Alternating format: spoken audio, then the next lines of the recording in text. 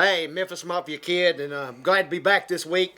I want to say right off the bat, appreciate everybody and their well wishes while I was hurting with my kidney stone. And let me just say, I don't ever want another kidney stone. I'm just damn glad it wasn't twins. But with that, hey, we got some questions we're gonna jump into, and Y'all, yeah. go ahead. Y'all had seen the stones, and he passed.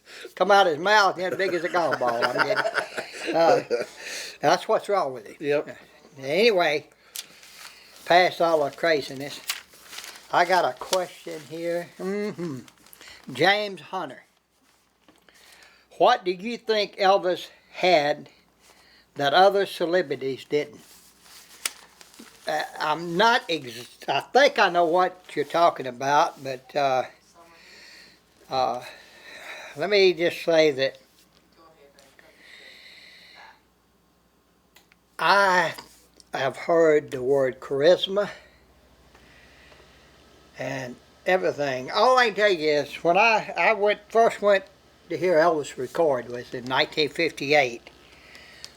He was home on leave. He had to do a session because he had to have so many songs in the can before he was overseas and all. And I remember, I was in the studio B with him, and all I could do was just stand there and watch him. And have a break or something, I'd go get him water, and then I'd stand there and watch him. Well, I finally got to thinking, he don't like this much. He didn't say anything, but I just thought, well, he probably is not real crazy about me gawking. So I finally got the hint enough for myself that I went on and just let him, I watched him from a distance and not right up on him. But even at that, I was, like I said, I had my mouth, I guess, halfway open, just watching him. Just couldn't believe what I was seeing. That was during the time that Ray Walker had just joined the Jordanaires, and Fools Such as I, Elvis had Ray, sing a little bit of the bass along with him. He liked his voice. Elvis was something about him. I can't. The word charisma doesn't justify it. I mean, I've seen other entertainers, and there's so many of them I liked, besides Elvis, like Dean Martin, Buddy Holly, and a lot of the group, Richie Valens, all back in those days, and later in the 60s and naturally the 70s. But when Elvis was on stage, somehow he had a way of bringing you into his world. That's what I call it, because I think everybody shared that same feeling or same moment, and he had a way of drawing you into it. When Elvis picked a song to record, he usually looked at it and thought, what can I do with it? Especially during the movie days, because some of them, just wasn't. But he would take the song and think about it and think what he was trying to get across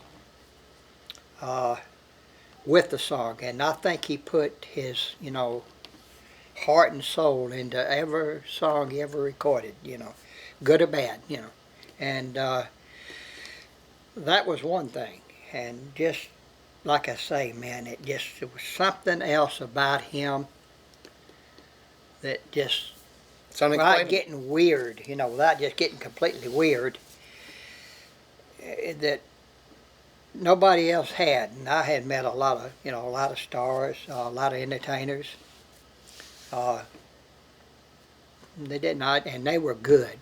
Like, we went to see Jackie Wilson out there at the Trip in Los Angeles, and God, he put on a fantastic show, and a lot of other entertainers. But it was just something different. And to put my finger on it, I can't.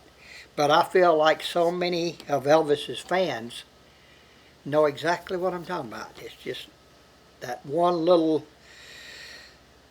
difference that made Elvis extra special.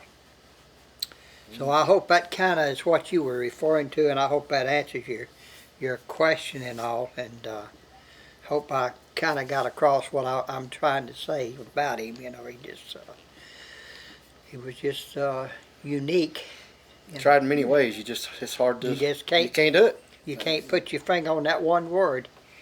At least I can't. You know, maybe somebody else could, but charisma, no, that's been used too many times. It was more than that. He had a little bit something extra beside charisma, but I can't tell you what. I can just tell you how you feel, how I felt. And with that, I've got weird enough. That's it. So we'll move on to the next question. Oh, and up to the next question. Have we got a next question? Oh, sure we have. Yeah. Here we have Texas Ray. Hey, Texas, how you doing? Were you with Elvis when he recorded Here Comes Santa Claus? No, I was with Santa Claus waiting to hear what Elvis was going to record. And yeah, you was one of the elves, Mama said. Hey, good one, Mama. Billy Elf. Hey, that's not bad. Billy Elf, yeah, you know. And follow the yellow brick road. Me and Santa, you know, you go see us coming in a long black limousine, you know. The sleigh was out then. It was, you know, fancy cars and all that kind of stuff. No, I wasn't with him. That was a little bit before I got to go with him record. That was like, you know, 57 and stuff like that. So I didn't get to go, but I did in 58.